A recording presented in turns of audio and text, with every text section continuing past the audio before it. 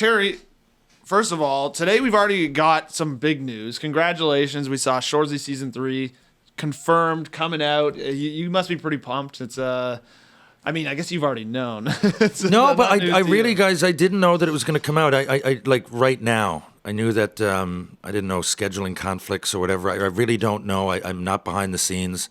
I talked to Jared quite a bit. He led us to believe it was coming out in the spring, but nothing's ever set in stone. And you guys know how this industry is. And just in my mindset was that if it doesn't come out by May, it might as well be the fall. Not that I have anything to do with it, but you know what I mean as far as hockey interest and stuff, right? Yeah. Either NHL playoffs or it's baseball season sort of things, so to speak. So I'm glad it's coming out now. It's been hard to sit on all this information for almost half a year because we finished it. I guess we finished in December, but yeah, we're coming up on that.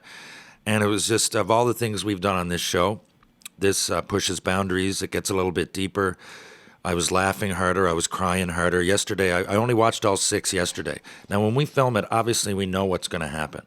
But we're not in every scene. And until post-production, you don't really know how it's going to turn out. It's all put together. And the people, the crew is just masters. Jared is a master writer. And the crew that puts together in post-production, the way that they tie it all in with from the music to, the emotional ups and downs of a hockey season and a hockey player. It really, for me, I'm watching it and I'm going, it's every day, man, every day. I'm like, I'm so lucky to be part of something so good because you don't know. People go, oh, it's a nice choice you made as an actor. Choice. I mean, it's a payday. I would have taken anything. A mayonnaise commercial, whatever the hell. You tell me, I'm going to do it, right? You're a big mayonnaise guy? Well, but what? I don't know how that popped into my head, but just like, I'm take it because I'm an actor and it's work, and I'm not an actor that picks my spots. I mean, I'd love to do that, but you're a really humble guy too. Because I mean, like you got to give yourself some credit. You've been great in the show. Hitch is a beloved character now, and obviously you're a character in your own right. Obviously, there's a lot of inspiration from your own life and just so much there that you've been able to add. You're a horse man. Yeah. Well, look, guys, I appreciate it. A lot of it. I did work hard. I can't deny that, but a lot of it was survival. I went, and when I was a kid, I was a creative writer. I don't know if I saw acting happening, but I remember having a hankering for like drama. I wanted to act like in theater and stuff. It's just where I came from at that time. I probably would have got beaten up for it, on the hockey team. I that's just the way it was. And the irony is that you're now in a show where you're beating people. I know. Who would have thought? It's really funny, and who knows? But I just know at that time I was really, really self-conscious, and I used to write a lot. I remember, kind of looking forward to the public speeches when a lot of people didn't, and just going, okay, I'm going to do it. And I would always, I don't think anybody realized I would have these really long speeches that were in depth. I was learning. They weren't funny. They might have been whatever I was I don't believe interested you. I in. bet they were a little Well, funny. maybe from a point of view of a geeky kid, but, I'd almost be excited to, it was very nerd-driven, I liked history, but it wasn't all history of the world. It was like, I liked hockey, but I really, really liked the history of hockey. Like I could tell you when I was 10 or 11 years old, not only how many cups the Canadians had, but like why Rocket Richard was so good with Beliveau and those guys that were so influential on other generations at the same time. Go back, to the start of the NHL. Why did that happen? So that's what I mean. My thinking and my creativity were just based on real life stuff. And then as an only child, I would often make myself Rocket Richard in this dream or whatever scenario. So I would write these little, scripts and stuff. They weren't going anywhere. But in other words, I'm not surprised I ended up in the arts community in some fashion. But really, for 5 or 6 years, it was locations, production assistant, AD stuff, set dress. I'm in the union as a set dresser. So really, I felt I had my finger on the pulse, but I never really saw it spilling over into actual acting. So I'm on top of the world. And to have someone like Jared Kiso and to have a production company like the one we had, like everybody involved with Shoresy, it really does feel like a team. Probably everybody will say that in whatever business that they're in, whatever industry that they're in. to maybe make their bosses feel good, but I really mean this. We're a hockey team, but we're also a team of actors. That Jarrett's driven by that team first attitude. He's the writer, but he played Junior A. People forget, oh, some of you guys played. I'm like, well, all of us played. Like Junior A, you're well on your way. You've already made a commitment. In your head, you're going to play in the NHL. We all have a goal, and once you're in that level, so it's all relative from there. Shoresy'S chirps are no different than Brad Marchand or Matt Barnaby, or it's just a higher level of play. But we all come from the same spot, and the nucleus of all that is being a hockey player and what it takes to be a teammate. So that is prevalent on our set. I've worked on a lot of shows. I wouldn't call any of them out, but I'm telling you, the one I work on now, we're all so fortunate because it really is. It's teamwork all the way. Yeah, well, I mean, even Very cool. You've talked about already before, like how seriously they took the tryouts for even like the shows, and that there was the extras, right? They had to be like AAA hockey players at least. At the very least, everybody with us played. I'm not sure the exact criteria, but I know that even the useless, as we call them in the show, they're good buddies now. They're up there. Most of them played junior in and around the area. There's the exception, but there's nobody there that wasn't a talented hockey player and played a decent level, that's for sure. Yeah, well, and the other part of that is I know you were saying, like, obviously how it doesn't really change from junior all the way up to the show. And it is interesting because, like, I almost feel like a lot of the culture comes from those, like the junior leagues and different places like that, more so than the NHL, right? Obviously, there's way more people playing in those. It's some of the people that are most diehard hockey in the world because it's even something where we all know guys where it's like, I'm not giving up on this, and I'm going to keep playing as long as I possibly can. And you're exactly right. It's all the things that happen, I think, within a dressing room when it comes to leadership or in every way. Some leaders are very vocal. They're loud. Some leaders lead by example. Some are loosey-goosey. I was a guy that liked to keep everything, a little bit of levity in the room, add some humor to the situation. But if once you get to a certain level, and I don't mean NHL, I mean, anything where you're starting to take hockey very serious and there might be a future. Let's say Bantam, Midget, AAA, it spills over into Junior B, Junior A, starts to tighten up the further you go. But the ground zero of what it means to be a hockey player, you start seeing it by the time you're in your late teens, right? And how are you going to adapt to that? Well, that's why it's survival of the fittest. I remember turning 19, my last year junior, going into 20, first year in the A, and I remember going, because I was always a blue chip prospect. I don't mind saying that. Growing up in Newfoundland, I went to the Western League, and there was all eyes were on me. 8th overall pick. At the Rough, I've never mentioned that yet. Not a big deal. Yeah, not a big deal there. But there was a lot of great players that I played with growing up, and it wasn't always the great ones that lasted. Who can I think of in Newfoundland that as an example? I can think of Clark Bishop, who's in the minors now in the Calgary Wranglers, but he's got a lot of NHL games played, 40 or 50 over the years. And, he didn't come out as a blue chipper. He's just a great hockey player that stayed with it. Was a very good hitter, good teammate, went to the Cube, improved. Ryan Close, another guy, didn't come out as an absolute beast growing up, but he really worked at it, and, he made it late. But it's just, some people get waylaid by women or boys, whatever you're into, by sex, let's say. Some people get waylaid by drugs. It might be booze. It might be you're lazy. It might just be hockey's not the sport for you. I'm really good, but I like baseball, and I'd rather be... Nowadays, it can be video games. It can be video games, right? You're right. Pigeons. There's things that are pulling. There's a magnet there with all those things I mentioned, and it's pulling people away, especially teenagers. And, by the time you get to be, I guess, in your late teens, I guess it's a lifelong journey. But as far as, willing to your hockey goals and playing pro or playing NCAA or major junior, as you get older, that starts to fade. And the people that hang around, there's a lot of talent there, but, a lot of it is just people that had the fortitude to stick with it and really that love the game.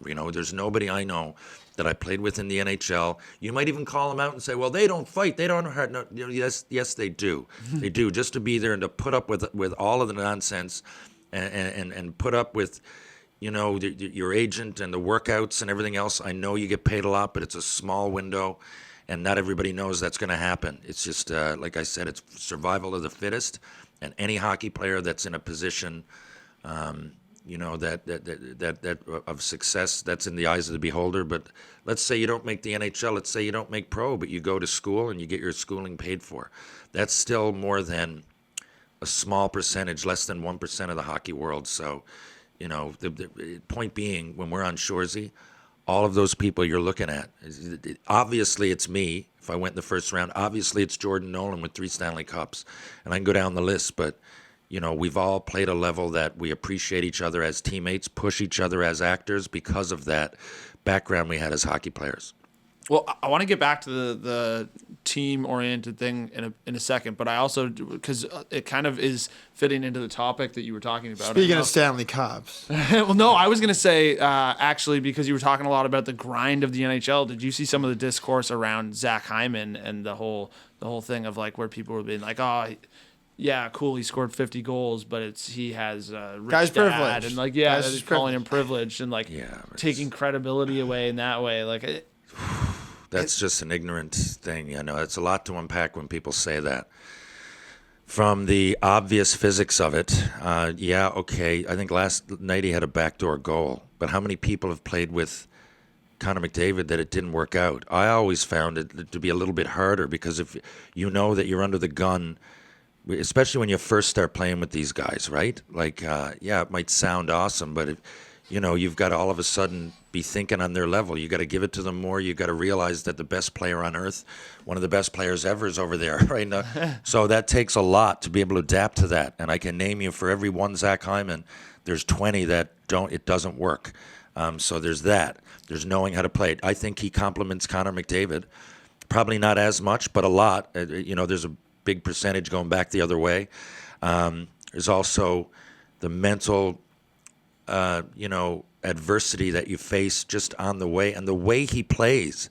Zack Hyman isn't this guy that's tapping in goals and he's not going to the cage. I mean, he gets hard goals. He plays hard. He blocks shots. He hits.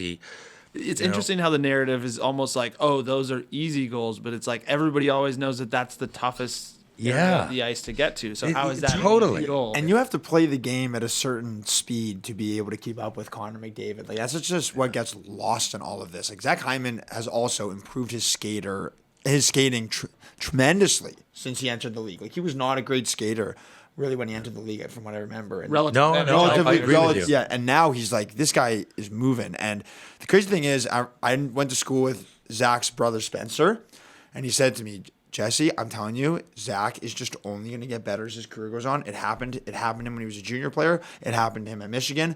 It's starting to happen with him in the NHL. Every single year he's going to get better and better, and he was bang on.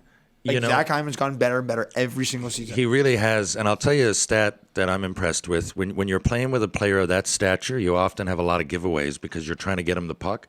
And if you look at it, for a guy like that, and people know you're trying to get him the puck. Yeah, right. They know it, and a guy like that wants it so much, and you have it so much by default for being with him that you're going to have more opportunities for giveaways. So you're up. That's why not to deflect the whole conversation, but I believe like Quinn Hughes has the puck the most as a D-man, and I think he's up there with the least giveaways. For me, it's a similar stat. Like, that means that you must have a real strong hockey IQ and just idea of where to be and when to do certain things. Like, it's Mitch Marner has you can see guy, and he's in a similar position, right? He's looking for people a lot. He's a great passer, scoring his own, but he's looking for people a lot, and that you tend to give the puck away more just by the law of averages. So to see people in that position to pull it off is way, way, way, way harder than it looks. And I think every one of those 54 goals he's got were battled for. They were battled for one way or another. Even the backdoor empty nets, right? It takes mental adversity to get there. Yeah. Okay, well, so, and then what Jesse was alluding to as well is that we're going to kind of run you through some, because you're such a great knowledge of the game, and we're in playoff time, like you said. And we trust you, Terry. We trust you. So we wanted to get your opinion on some unwritten rules of the playoffs and kind of just hockey in general. So, and it's specifically stuff that's really happened recently. And I don't know if you saw this, the big rig, Pat Maroon and Ryan Reeves, really patrolling the red line. Yeah. And what's your opinion on that kind of mental battle, and then also like, was it something that bothered you when people crossed the red line? Was it something that you tried to do to other people? And I would never ever try to do it to the other team, but it would really, really bother me. I just rather leave all that nonsense for the ice. Let's go. And when I say I didn't do it, it wasn't even always out of respect. It was about more respect for my teammates. Like, do I want to start something right now? Do I really, really want to start this? Because that's Frank Bialowas or that's Ty Domi. And if I do it, then I'm probably pulling Saku Koivu, or in the minors, I don't know, Matt Higgins, or in junior, Damon Lankow. That's Wade Belak. Do I want to do this? Because if I do, it's kind of like that. Do I want to start something before we've got a game? Everybody's hyped for it. Now everybody's different. I don't look down at either player. I'm just telling you where my mindset. Yeah. And if someone even touched that line, yeah, I would. I don't like anybody to slap my team in the face. And I'm not even trying to make a moral play. As a hockey player, just as a person, you're not supposed to do it. And each inch that you go over, you're slapping me right here a little bit further because I'm one of the guys that's going to get pissed off. So I would take it personally, yes. Yeah. So are you surprised to see people do it as much as they do? I know. No, it's a tactic. I didn't. If you look, I didn't even hit a lot of guys in open ice because I knew what a concussion felt like, and doesn't mean I didn't play hard. There's certain. I mean, everybody's got a different toolbox, different makeup. I just didn't bother with that, but I'd often definitely defend it. I would get lured into some of those situations at the red line, but. Yeah, to each their own. It's guys that are they're trying to prepare for the game the best way they can and get themselves into it. So I'm not really offended by it. It just naturally doesn't come into my mind. When I'm warming up, I want to know, like, okay, what do I need to do? How's this stick? You know what I mean? Like, the warm-up is for a reason. I don't love going out there. But, you got gloves. You can see there's all kinds of tools out there. I didn't look at it so much practice. Are my skates, are the edges good? Okay, I wanted those 3-on-2s at the end of warm-up to go with my teammates, and okay, let's get a touch each. That's what I'm saying. My mind was somewhere different than let's start a fight before the game starts. But I do understand everybody gets prepared differently, and I'm not against it. Do you have another one? Yeah, so what, I mean, would the unwritten rule just be like you're supposed to just not do anything after an empty net goal? Because Jake Gensel scored an empty netter yesterday, and he kind of like yelled, and was it Brock Nelson's face? Yeah, or was it Palmieri? One of them. Basically, he kind of just like Selly's pretty hard after. Obviously, it's a big comeback, so they were pretty excited. Yeah, I read rattled. about. I saw the first 3 of the comeback, and then I didn't see after that. So Gensel scored the empty net, did he? Yeah, turns around, yells in their face a bit, and then it just turns into a massive scrum. But I just thought it was interesting because it's like, the empty net etiquette has been such a big topic all year long, and like, is that I don't know. No one ever had a playbook on this. I think basically each one is a judgment call, and if you piss somebody off, like it started in Ottawa, right? Yeah. I forget the kid's name and Ridley Gregg. Greg. So I even know what he was doing. But look, here's the thing. I piped in somewhere. I don't go to Twitter much for this reason, but now that I'm working a little bit with Jason Greger on his radio show on Tuesdays and Thursdays, so. In Edmonton. So I've got to pipe in here and there, and I did, and people got upset. But look, if I was standing next to Greg, I would have probably, I don't know if I would have cross-checked him in the head. I don't think Riley really meant to hurt him like that. I think that he was doing something, and he hit him here, and it went out. Whatever you're going to argue. But my thing was, like, if you watch hockey and you're surprised that happened. Yeah. And it must be your first game or your first week watching the sport. Whether you agree with it or not, these are guys that, for me, if I felt slapped in the face, same thing. If a player scored a goal and celebrated in a certain way by the bench, I'm sorry, but I'd probably fight him. I took that as an insult.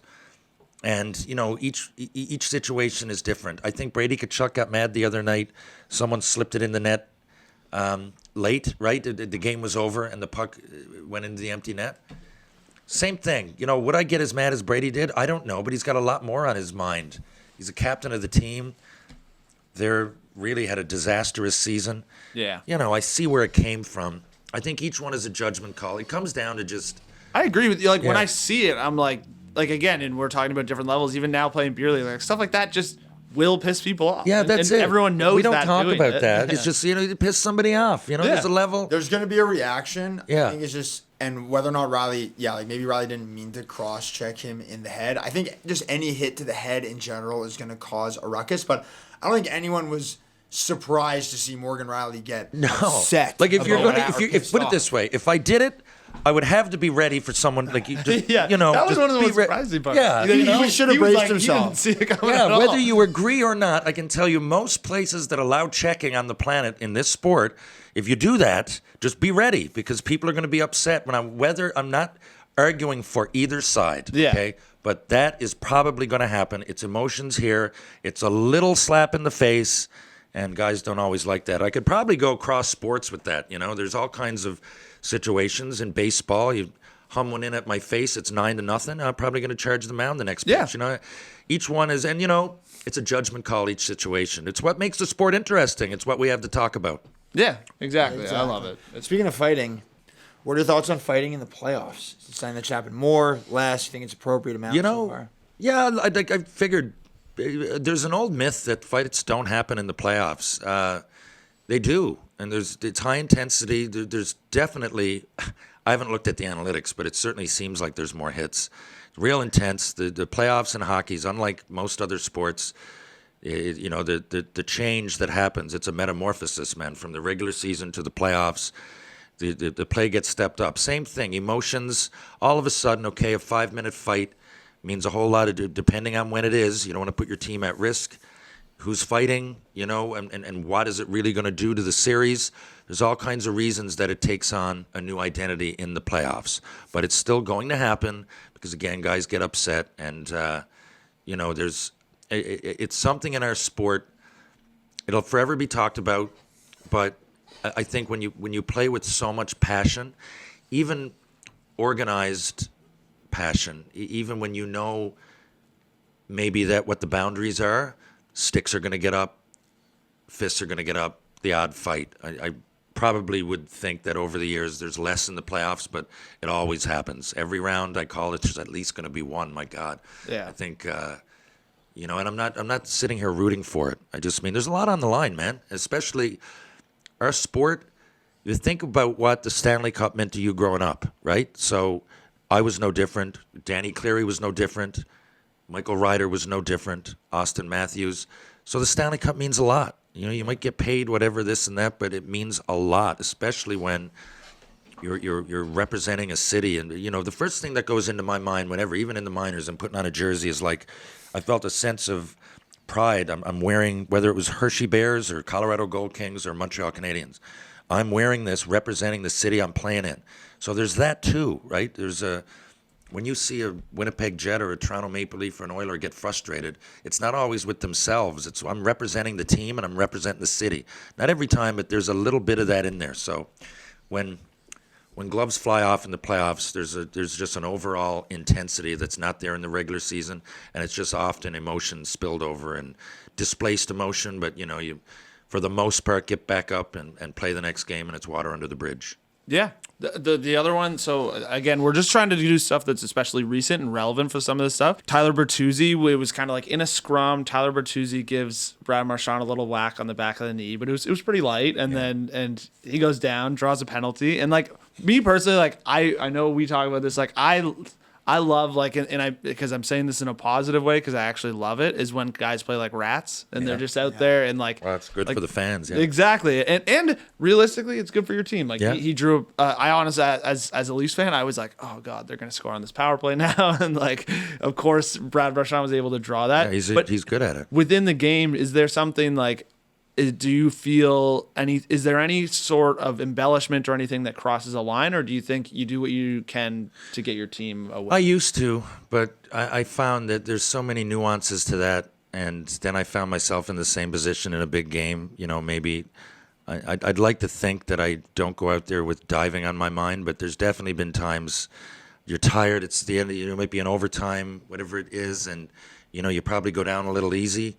And I started thinking, like, what levels? So the point being, over the course of my life, I've come to realize that that's out there, and that's up to me to avoid, right? There's a reason.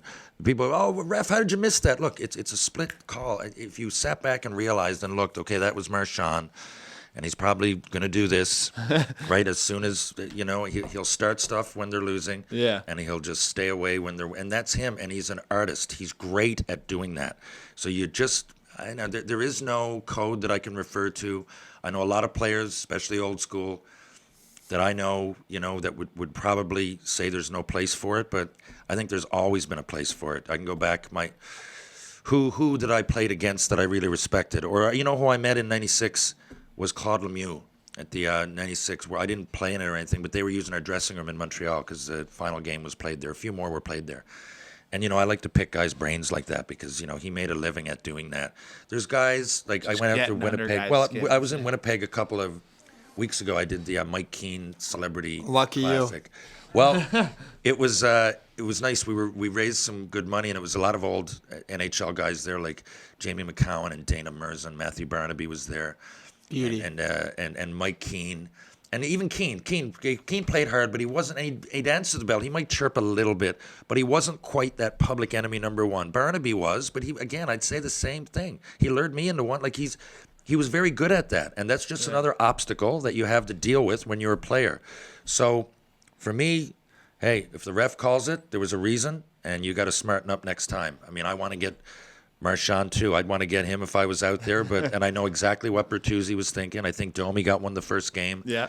But and Domi I don't think was provoked. It was like and I love the way he plays. Statement. Yeah, he is, but you just got to watch it with those guys because just my rule that I would make is okay when Barnaby, guys like that, or Marchand or whoever, maybe Matt Cook back in the day. I'm just thinking of all kinds of guys that you would consider. Yeah.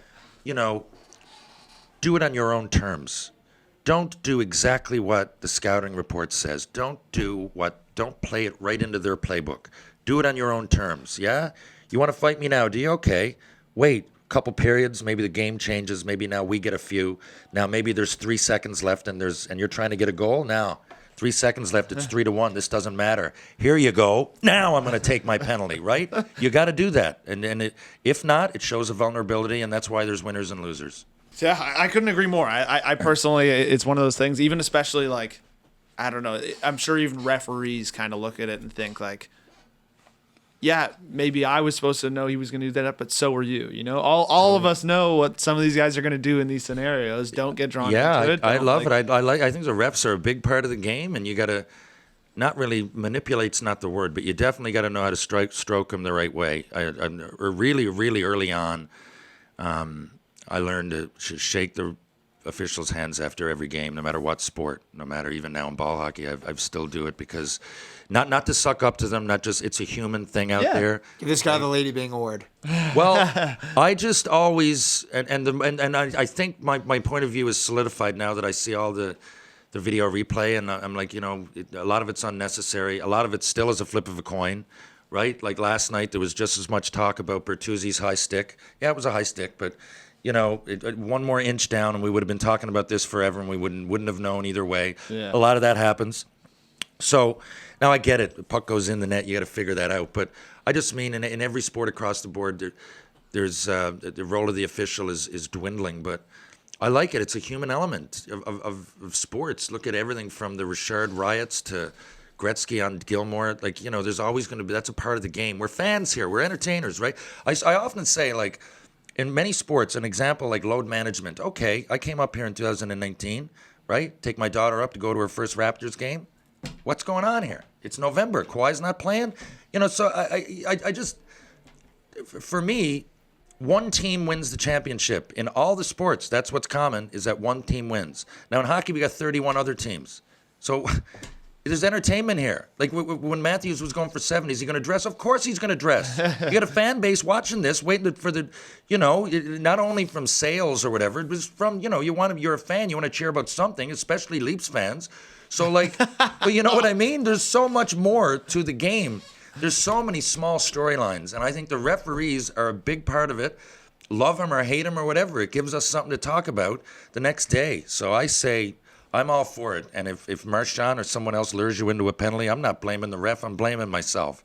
I mean, hey, you were just talking about him being such a character. I mean, what a drawback to Shoresy was born out of Yeah. the character of a referee and Yeah. what they are on the ice. And I'm sure you've had tons of stuff like that. Yeah. Referees are like that. Some of them played hockey growing up. They've got little chirps and different things. They've got going lots on. of chirps. You used Yeah. to be able to get away with chirping them a lot more than you could now. But that Now they've used to got be mics part and of it. stuff. You can hear. Yeah, right. There's a difference between a chirp and an insult. There's a real difference. And in hockey, for the most part, I think the beauty of it is kind of treading that line. And when it turns into an insult, you'll get thrown out. But if it's a chirp, well, you might just get one back. And there's worse things in the world. 100%. We've been talking a lot about rats, and there's a certain group of rats in Las Vegas that I'd like to talk about, the Golden Knights, because they're just a bunch of rats. Oh, yeah. They're in your division here, yeah. I can't stand them, Terry. Bunch of freaking rats, and they didn't necessarily cheat, but in my head, they're still cheaters. Oh, and it just played out yesterday. It's Oh, yeah, playing out. perfectly. It's like it's scripted. I know what you're going to say. Sort of cut you off. Well, yeah, they just they got outplayed that game. Like I don't even know if Vegas had 20 shots that game. Andre was just terrible, and Hey, that's our guy. no, he's our boy. Look, everyone has off days. He was really good going into the playoffs. That was not a good day for him yesterday. So I want to know, what are your thoughts on this LTIR crap, and how should the league fix it, or like what's the deal here? I know it's tough, isn't it? Because we joke about it, but clearly, It's not funny. I mean, it is. There you go. It's entertainment, right? It Yeah. really is entertainment. Rats. They're the villain of the league now. So right? for me, I'm fine with it, but I do think that something has to be tweaked, and for a bunch of people with horses in the race that have a lot of money on the line, I would think each team can maybe get together and come up with some sort of better solution. There's got to be a better agreement, because as a fan, it's interesting, and this is a very entertainment topic to talk about. But the other thing is that if I'm out there, I'm every other one of those 31 teams. I'm doing that next year. I'm sorry, I'm doing it. I'm telling you right now, I'm doing it. In fact, I'm going to look at some player on the team. I'm going to say, how are you here? Could you come back in a month? I know there's 3 months left, but this has been going on. And, if you need any more time, maybe you need some minor surgery outside of that. Do you need anything scoped? I would figure out a way to have one of my top players.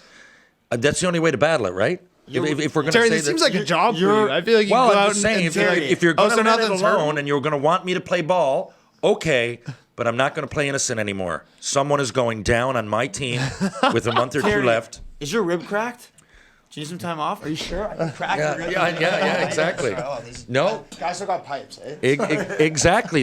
You're right though. Look, and I'm not saying I want to do that, but if we're going to sit here and talk about how they manipulated the rule, I would probably do the same. I think a few years ago, am I wrong? Was it Kucherov? Yeah. Was it Kucherov? Right now, there's another huge gun. Yeah. Now they're not ready on Wednesday after 4 months. But they're ready on Saturday. I mean, it's that's the thing. It's obviously most of these guys do have an injury. So many people. Oh, play through I don't injuries. doubt that. Yeah, glad you said that. I don't doubt that. Stone did not miss a beat. I'm pretty sure he was third in ice time for the Vegas last night. He scored the opening goal. Well, then less than Hurdle 2 minutes gets in. the other one, And then Hurdle too. scores the other one, which they wouldn't have gotten him had none of this happened. I proposed something interesting, which there are flaws with this idea too, but I was just kind of spitballing. Like, what if a player on LTIR, for every game they missed in the last 5 games of the season, for every game they miss contributes to a game that they have to miss in the playoffs. So if they miss like the last 3 games, they'll have to miss the first 3 games of the playoffs. Problem with that is that You want your stars in the lineup. Well, first of all, you want your stars in the as an lineup, NHL. but also like, guys might be rushing to get back to the lineup who are actually hurt. Yeah. Not a bad idea. And the other thing is you could just dress a guy and they'll only they'll play 1 shift a game. And the problem with that though is that like Vegas was actually battling for a playoff spot in the final stretch, Yeah. and to waste a roster spot on a guy who's just going to sit there and do nothing, probably worth it still. Obviously, if you trust your team, you still make the playoffs. But like, that's a risk that you take. But these are great talking points. That's what I mean. Smarter minds with more in the game than you and I should be able to sit around. And I think that's a great idea. There are flaws. You just pointed them out. Yeah. But that's for them to fix. And, Take the seed and grow it. I into something. really do Exactly. believe that. And look, I think the hockey season is so long, and there's so many injuries. A lot of guys are, if you want to really call it an injury, you're used to playing with pain. So at that time of year with a few months left, you could really come up with a lot of players that need some time. And if you really wanted, you could blur that whole philosophy and definitely make room for LTIR for somebody, okay? When I said it boldly, I was making a point, but you really could, though. There's every team, I can tell you guys in the last stretch that, maybe needed a bit of time, maybe got hurt for 2 weeks and were out and came back. But you could kind of create that situation. So it's just going to keep happening unless people talk like yourself. Plato, Aristotle, and Socrates. It's what they talked about. So the three of us right now? Yes, I'm comparing us to that. The dialectic, talk. It's like right now, as in Plato's day, there were people, on there was a political divide. And, they came up with the idea of democracy and philosopher kings and stuff, and that's what would happen. They would all go in, and people that hated each other, and they would speak and talk, and they would advance the conversation a little bit, right? And I think that needs to happen. You go to these things, okay, yeah, flipping the puck over the glass is important, I guess, right? But let's figure out the major rules that are affecting the fan bases, money, like playoff, revenue, everything, before we go any further with this, 100%. I mean, It's spicy. I think I couldn't agree more. It's one of those things that it is part of the game, and I'm totally with you that like they're gonna keep doing it. And honestly, funny enough, Vegas gets the like big focus on it, but kind of every team does do it a little bit too. Yeah. Well, they get the focus because they're good at it. Yeah, that's the thing. 3 years in a row though for the same player is just insane. But if Dallas knocks them out, no one's gonna care. Which might be the problem. Yeah. And then the problem won't get fixed. Exactly. It's just gonna keep getting kicked down the line. I don't think no one's gonna care. I think like mainly what we need to focus on is that people care right now. And like to see Stone go out and score the first goal yesterday, they finished top 5 in the team in ice time, get the win, hurdle, like they were able to acquire with the money that they saved from sending Stone to LTIR.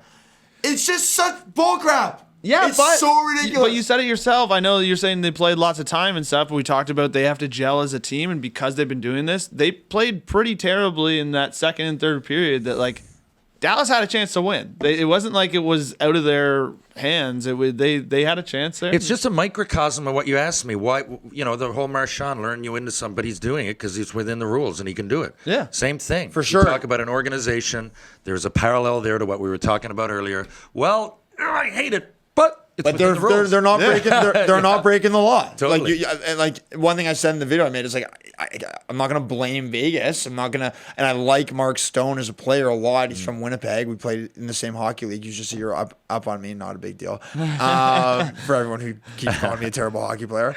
But you know what? Yeah, like I saw this guy because somebody tweeted out a photo of him and said it was like Mitch Marner game 1 and 2. They were trying to chirp Marner, and I saw you tweet out your beer league stats and be like, "Oh yeah, I am like a 1.5 player per game in beer league at York man. Okay, in the D division.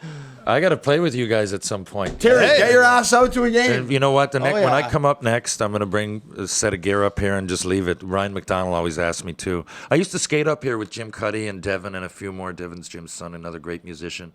There was there's a few decent skates, and I kind of drifted away from that. let us know. I'm sure we can gather gear for you too. Like, Dude, obviously, I don't know how particular you are with it, but if you let's do it. If you ever want to play, I want to see you skating by the red line, like on the red line. I want you to send a message. No, he doesn't do that. He doesn't be do that guy. No, for bar down, things are gonna change a little. Oh yeah, it's gonna change. Yeah. I thought about. I think he might be changing what we're doing. We needed an injection of toughness into the lineup. We're soft. I think more than anything, we just need bodies. We frequently play with 6 or 7 guys. When are the games? Sunday nights. Okay, well, you know what? Honestly, this market town, I'm going to bring it up.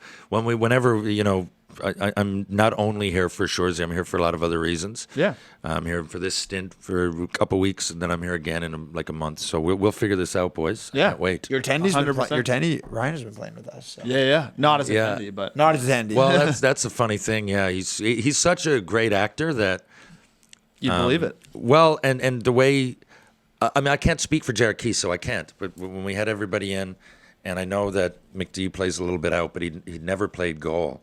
but he fit that role so well, you know.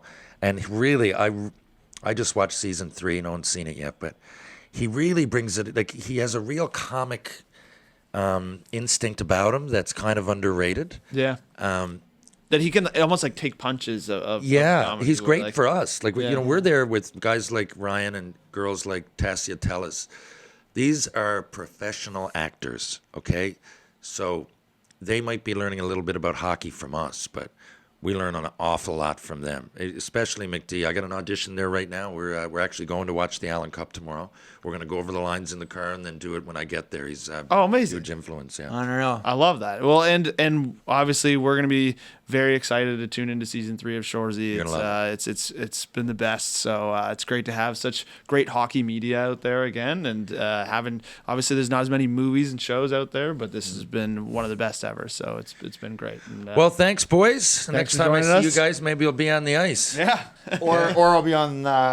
Sorry, I have to get. Oh, or I'll be on the mid too. I'll be on the LTIR next time at the Bar Down League. Well, before you come, I'll make sure I'm on the LTIR, and then to make space for you in the lineup, I'll eventually make my return. Okay, I think he's already on the LTIR. I didn't see you there last week. Yeah, who knows? Now, hey guys, that's if I'm a free agent. I'm still trying my shot with the Marlies, right? I mean, I played pro hockey this year. I'm part of the Growlers organization. Who knows? What a story, by the way. Playing for the Growlers. You didn't get to get into that. I know. We'll get into it next time. 100%. Absolute legendary stuff. It was a wild story. I'll tell you guys over a couple of wobbly pops during the playoffs, maybe. Hell yes. That'd be great.